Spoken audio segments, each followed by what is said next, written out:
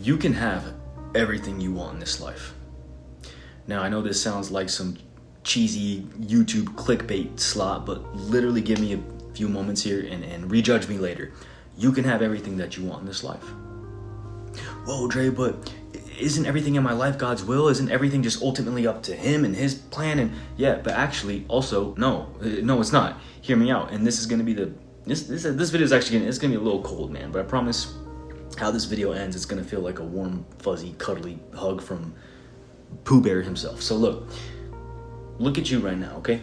Right now, look at your life, look at your habits, routines, things that you do on a daily basis. Look at all the things that you repeatedly do every single day and that you give your time and attention to. And tell me that's not what you actually want. The coffee you drank this morning, the Starbucks you ordered, the Netflix show you just binged this last week, the book you never even got past the first chapter on. Bro, this video that you literally just clicked on, some might say, this is God ordained, or this is my sign, this is confirmation. Okay, maybe, but you still chose to click on it. You still chose to be here, listening to this knucklehead. God did not force your hand. Now zoom out. These circumstances that you are currently in, whether you like them or not, you can't just keep using the excuse that, this is just where God has me, bro.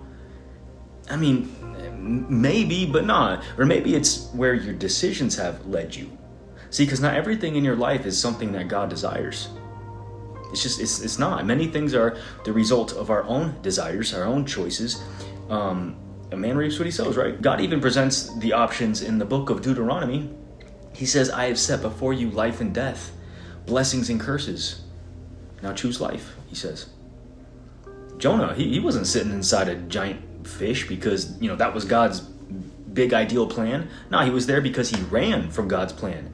And his rebellion landed him in the belly of a whale. He wasn't just sitting there like, well, okay, I guess it's God's ultimate plan for me to be in here. No, right? Likewise, we can't keep blaming God's sovereignty for our lack of obedience. God isn't the one who hit the snooze button, player. You is. God isn't the one doom scrolling for 3 hours and then oops, and then you go blaming Satan too. Satan put another stumbling block in my way. Satan put this girl's bikini booty picture in front of me again. No, dude, what? God told you. He told you to delete the Instagram account. He told you to stop scrolling and to put the phone away. He told you to use the weekends to build the life you want rather than use the weekends to escape the life you have. There's this whole concept, of the plane on autopilot, right? Like, it's the plane that's headed to New York from Los Angeles, and what does the pilot do? He changes the nose just 1 degree. And so by the end of the flight, guess what? The plane never showed up in New York, bro. It ended up hundreds of miles away. And that right there, that's what our daily habits do. But most of us just complain, this is not the life I wanted, man. This is not how I thought things would end up, right? I didn't choose this. Actually, yeah, you kind of did. By the small decisions that you made every single day that you thought were so insignificant, weren't a big deal, you didn't think they mattered, that 1 little degree, bro, every day. And this is what we do. We are exactly where we want to be at in life. We are the ones. We keep choosing to do the very things that slowly pull us away from our future destination that we say we want. We are the ones who keep choosing the tiny little actions that go against our goals that we say we want to achieve, that go against the very thing that we say God's been calling us to do, right? Yet we keep praying, this is where God's led me. It's His plan that I'm here right now. And it's like, I don't know, man. All I'm saying is just reconsider what story you keep telling yourself, my young brethren or my young sisterin. All right, Dre, I get what you're saying, but now you're just making me feel terrible. Now I just feel like a complete idiot. I know everything's my fault. I know I'm wasting my potential. So what do I do? Good question, my young G. Now we're getting somewhere. If your decisions have helped create the very life that you're living right now, then your decisions can also help create the very life that God is calling you towards. Easy. And honestly, bro, like literally everything can change today, right now, like everything. Did you know that? And that's not no hype. That's just, no, we're talking about just straight transformation here. And this is what's so dope about our God. And maybe He did put this video in front of you.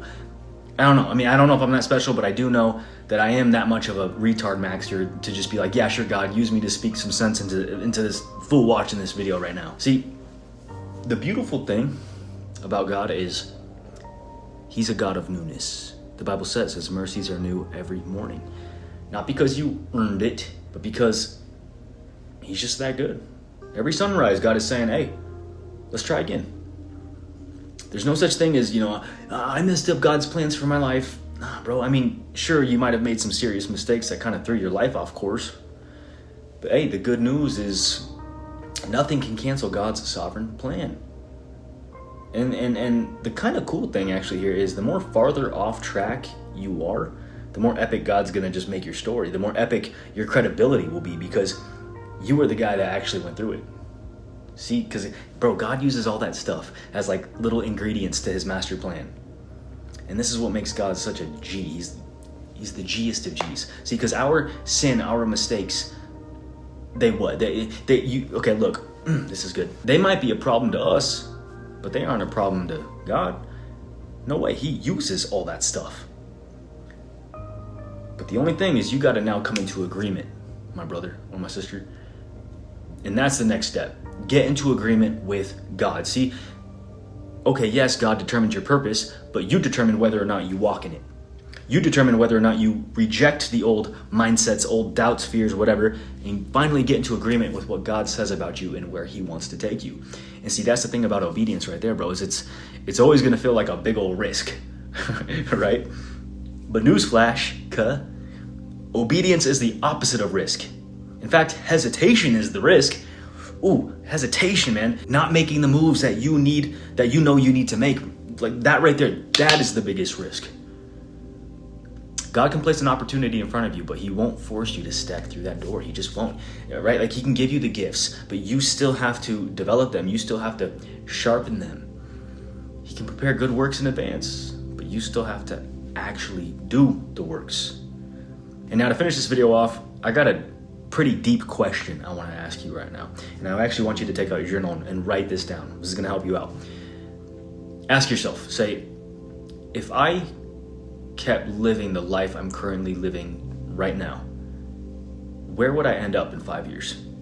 Actually, if you don't mind, type it in the comments right now too.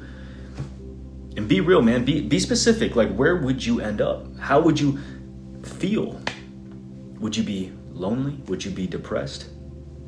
Also, post this up on your wall somewhere too, or somewhere where you can actually see it every single day. See, because like this is the thing. We always think it's always about just being positive, right? Affirmations, putting up our goals, dream boards, which is great. That's all cool. But sometimes we actually need the hell scared right out of us, bro. Sometimes we need to feel the weight of where our current paths are taking us. You need to feel pain so intensely that you just get so uncomfortable that you just finally say, bro, no more. I'm sick and tired of being sick and tired. Right? So by you actually seeing this every single day, seeing this sad, unfortunate future, it'll be a constant reminder that, hey, this ain't gonna be me. No way. God's got plans to prosper me, not to harm me, bro. And the moment that you finally just surrender and truly decide that I'm not gonna no longer live like this, bro, God will meet you, bro. He'll meet you. And he's not waiting for you to like become perfect first or overcome all your addictions or struggles. Nah, he's just waiting for you to say yes. He's just waiting for you to be like, yo, hey, let's run it, God. See, too many people are just waiting on another sign or just waiting to hear from the Lord first, bro. Dude, your life is only going to change once you obey the last thing he said, what he already told you to do. But Dre, I don't know what he wants me to do. Like, genuinely, I don't. Yeah. Well, then go read your Bible, my brother. It's called the Word of God for a reason, bro. Go complete ghost mode for a month. Lock in with him. And just watch how everything begins to change drastically, right? And I also got tons of resources for you to lock in with down below. I'll put them in the description if you want to check them out and dive even deeper with me and actually talk to me as well. Yeah, check that out. Anyways, hey, I pray this video kind of shook something up inside of you today. Also, if you want to support this ministry and help me to continue dropping content like this without any sponsorships, without any distractions, I do have a donation link down below as well. It'd mean the world to me. And it would actually help me to continue this ministry, continue pointing people back to Jesus. So, hey, appreciate you, and I'll talk to you on the next one. Peace.